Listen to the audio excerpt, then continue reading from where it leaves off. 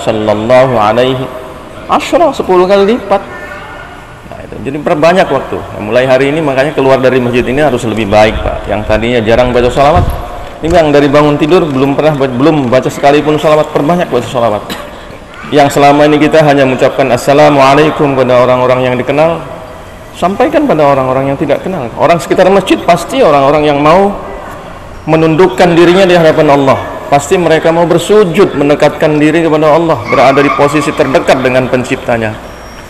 Pasti orang-orang Islam semua sekitar ini. Assalamualaikum, pasti akan jawab waalaikumsalam. Apalagi kalau assalamualaikum berjabat tangan.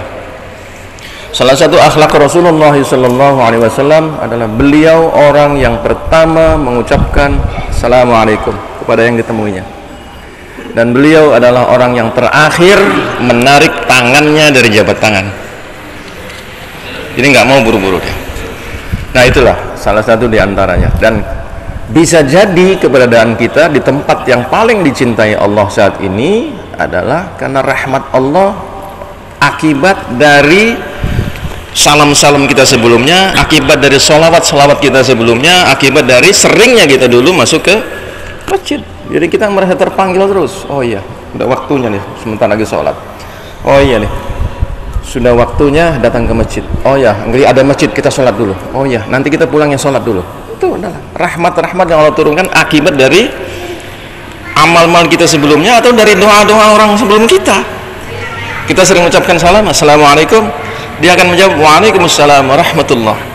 Dikabulkan sama Allah salamnya, sehingga kita merasa terpanggil terus untuk melakukan kebaikan. Nah, salah satu indikasi dari rahmat Allah itu masuk ke dalam diri kita adalah kita merasa rugi apabila ada kebaikan walau sekecil apapun ditinggalkan, Pak.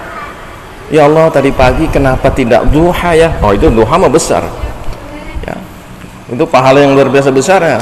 Yang kecil aja, ya Allah, kok dari pagi sampai sekarang saya belum membaca satu Quran, satu halaman tuh. Oh, baca Quran mah besar pahalanya. Yang kecil deh, anggapnya yang kecil ya.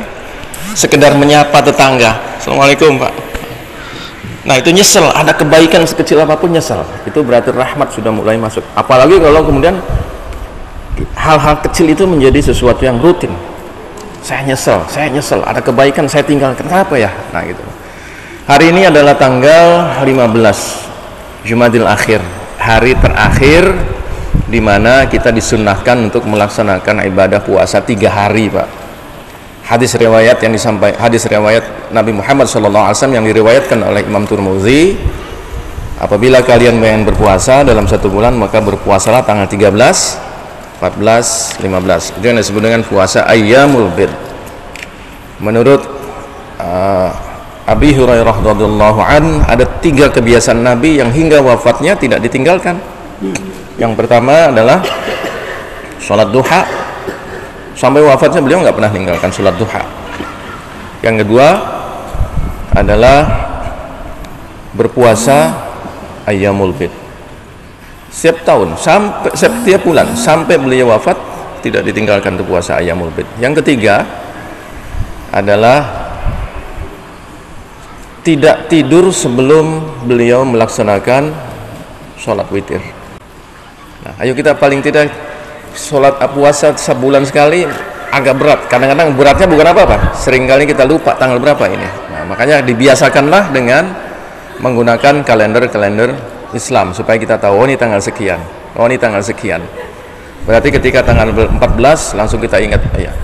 Karena puasa 3 hari dalam sebulan itu dahsyat sekali pahalanya, Pak. Sama dengan puasa setahun. Nah, siapa yang sanggup dengan puasa setahun? Tidak ada yang sanggup.